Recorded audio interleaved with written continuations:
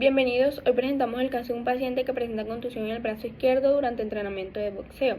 Analizaremos la respuesta inflamatoria aguda y la reparación tisular.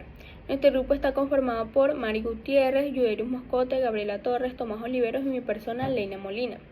Paciente masculino identificado como Ricardo López Sierra, de 19 años de edad, procede de la ciudad de Medellín, es estudiante y con estado civil soltero. Motivo de consulta. El paciente acude a urgencias 4 horas después de sufrir un golpe directo en el brazo izquierdo durante entrenamiento de boxeo. Presenta dolor progresivo y poca limitación.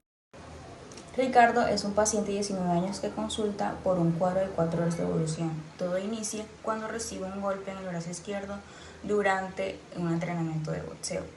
En ese momento siento un dolor leve de 2/10 en escala visual análoga que no le impide continuar. 5 minutos después del terminar el entrenamiento nota que la zona está roja, hinchada y caliente con un dolor moderado de 4/10. Ya para los 30 minutos se observa que apareció un moretón y la zona está más roja e hinchada.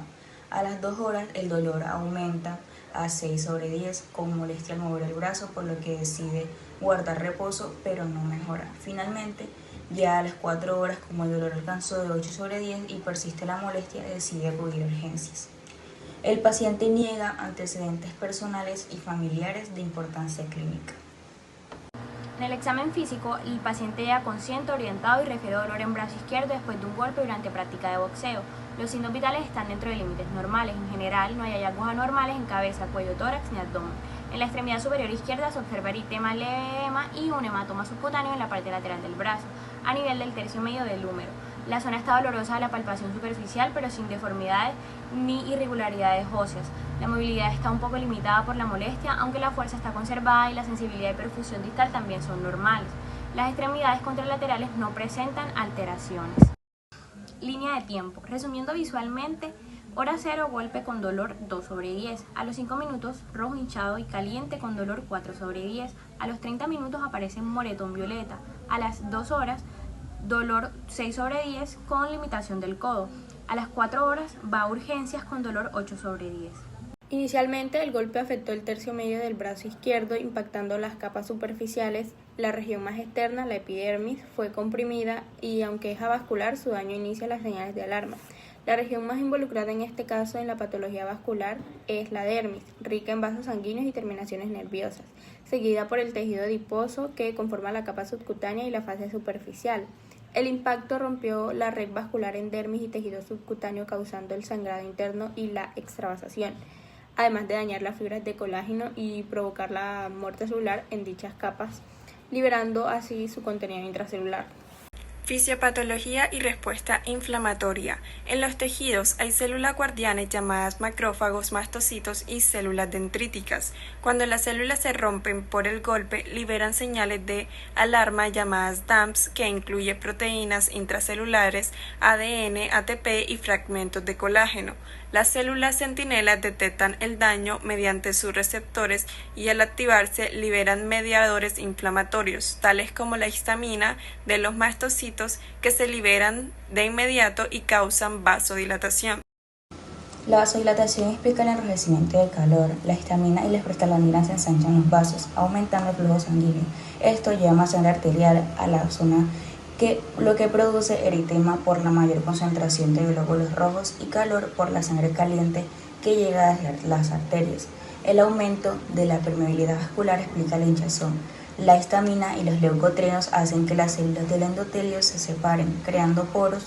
Por esos espacios se escapa plasma con proteínas hacia los tejidos, generando edema, el cual comprime terminaciones nerviosas, contribuyendo al dolor. Fisiología. El impacto genera daño celular en las capas superficiales y medias. Ese daño ocasiona la ruptura de pequeños vasos sanguíneos de la dermis. Por eso aparece el hematoma, que se forma cuando los eritrocitos salen del vaso y se acumulan en el tejido, como se muestra aquí en la imagen.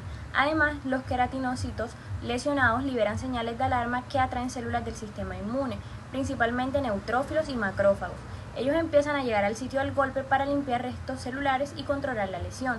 Todo esto explica clínicamente por qué el paciente presentó eritema, calor local y un hematoma visible a los 30 minutos. La fuga del plasma hacia el espacio intersticial es lo que genera clínicamente el edema. A esta fase de intensa vasodilatación se le suma a las plaquetas que provienen de la médula ósea. Estas se adhieren del colágeno del vaso dañado para formar el tapón plaquetario, deteniendo el sangrado, y simultáneamente liberan mediadores esenciales como el tromboxano y la serotonina, que estas potencian la vasoconstricción local y atraen células. En paralelo, los neutrófilos inician el reclutamiento celular. Reclutamiento de glóbulos blancos. Primero que todo, hay una ralentización del flujo sanguíneo y hay un proceso mediado por citoquinas proinflamatorias en el que el flujo sanguíneo se ralentiza. Entonces, también tenemos otras moléculas llamadas selectinas, que son las que actúan en el primer proceso de reclutamiento, que viene siendo el rodamiento. Estas moléculas adhieren suavemente las células inmunes a la pared del vaso sanguíneo y ruedan suavemente. Luego, mediante la intervención de citoquinas proinflamatorias, como puede ser la interleucina 8, se expresan factores de adhesión mucho más fuertes, que esto viene siendo el segundo proceso llamado adhesión firme. En este se puede ver, por ejemplo, el ICAM y el VCAM, que hacen que los glóbulos blancos se adhieran mucho más fuertemente a la pared del vaso sanguíneo. Luego tenemos el tercer proceso, que es la transgresión, en el que hay como una guía que viene siendo el PCAM1, que le dice, por decirlo así, a los glóbulos blancos por dónde deben salir, como si estuvieran saliendo de una rendija.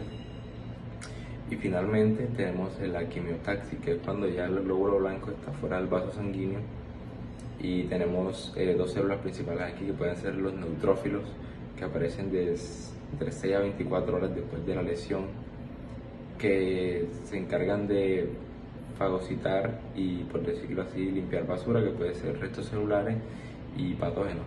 Y también tenemos los macrófagos, que llegan más o menos de 24 a 48 horas después del proceso de la lesión y se encargan, por decirlo así, de reparar el tejido. La reparación ocurre entre los días 3 y 14. Primero está la angiogénesis. El factor VEGF activa las células endoteliales y estas forman brotes que se unen y generan nuevos capilares. Al mismo tiempo aparece el tejido de granulación, que es un tejido rosado y temporal que llena el defecto y contiene capilares recién formados, fibroblastos y macrófagos. Luego ocurre la reparación del tejido conectivo, debido a que el músculo no está lesionado, sino la fascia, que es la capa que lo recubre. Por eso no hablamos de regeneración muscular. Aquí lo que se repara es la fascia. Los fibroblastos, activados por TGF-beta, producen colágeno tipo 3, que es un colágeno temporal y flexible que ayuda a cerrar y estabilizar la zona. Después, este colágeno madura y se reorganiza. Remodelación. La remodelación ocurre entre las semanas 2 y 12. En esta etapa, el colágeno tipo 3, que es temporal, se reemplaza por colágeno tipo 1, que es más fuerte y estable. Las fibras de colágeno se alinean según las líneas de tensión, lo que mejora la resistencia del tejido. Con el tiempo, los fibroblastos disminuyen por apoptosis, los vasos sanguíneos regresan y el tejido de granulación se transforma en una cicatriz madura y mejor organizada. Los miofibroblastos contribuyen a contraer los bordes de la lesión, reduciendo el tamaño del defecto. El resultado final, en algunas semanas, es una restauración firme de la continuidad del tejido y una recuperación funcional progresiva del vaso.